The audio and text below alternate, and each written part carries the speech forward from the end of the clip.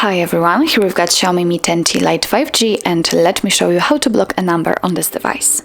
So first of all, let's open your dialer, and it doesn't really matter if you will be on your contacts, recents or favorites. Simply tap on this three dot icon in the right upper corner and tap on the settings.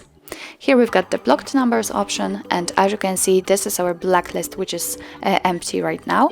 At the very top of this page, we've got the unknown option, so it means that your device will block all incoming calls from unidentified callers.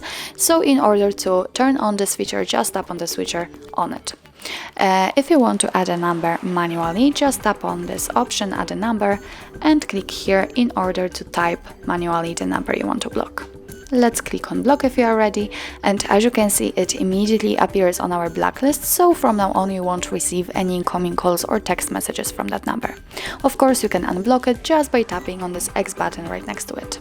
Tap on unblock, and as you can see, it immediately disappears from our blacklist. So that's all. This is how to block a number in your Xiaomi Mi 10T Lite 5G. Thank you so much for watching. I hope that this video was helpful, and if it was, please hit the subscribe button and leave the thumbs up.